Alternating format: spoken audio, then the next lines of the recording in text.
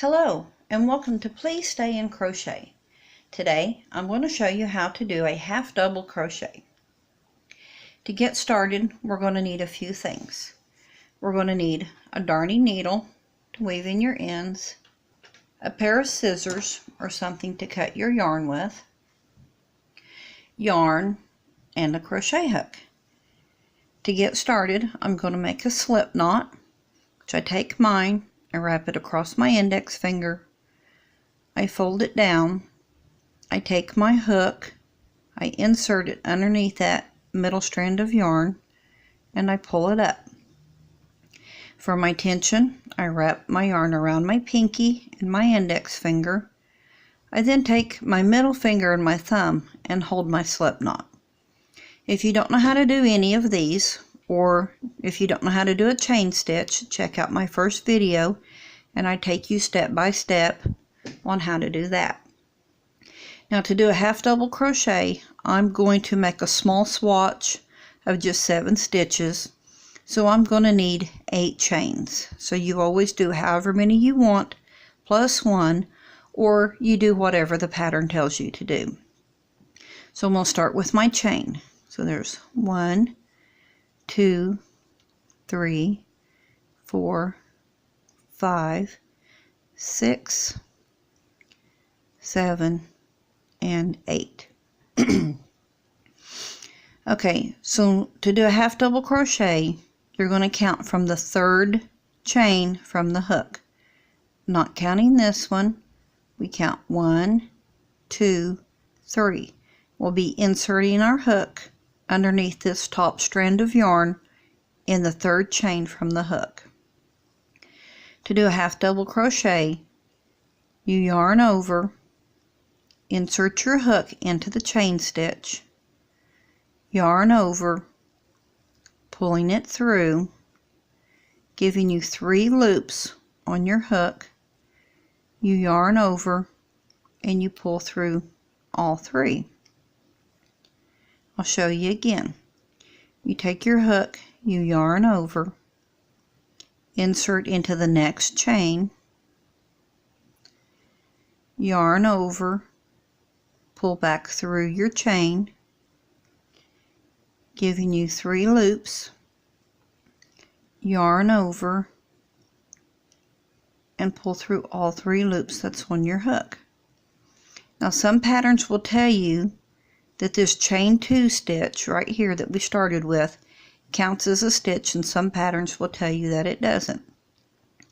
Well, I'm going to pretend like what I'm doing today that it does count. So this actually gives me the count of 3 half double crochets. I'm going to go ahead and go all the way to the end.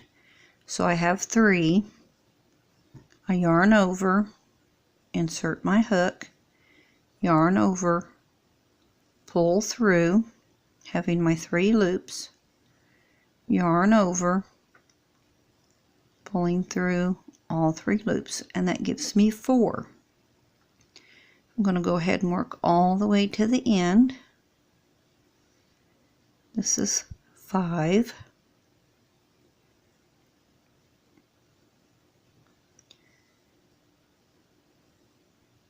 6, and this will be 7. Now remember, don't ever go into your slip knot right here because that will mess your count up. Now to start on your 2nd row, you're going to chain 2, 1, 2. You're going to turn your work. Now since we're counting our chain 2 as a half double crochet, we don't go into this 1st stitch right here. We're going to go into the 2nd one. So we're going to yarn over, skipping the 1st one and going into the 2nd one. Insert your hook, making sure you have both strands of yarn on your hook from the top of the half double crochet from the previous row. We're going to yarn over, pull through, giving us our 3 loops, yarn over, and pull through all 3. I'll show you one more time. We're going to yarn over, insert into the next stitch, making sure we have both strands of yarn on our hook, yarn over, pull through, yarn over, and pull through all three. We've now done a total of 3 half double crochets on this row. So I'm going to go ahead and work all the way to the end. So we have 3, this right here is 4,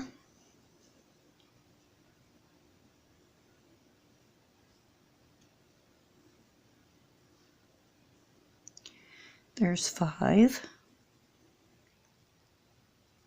and 6.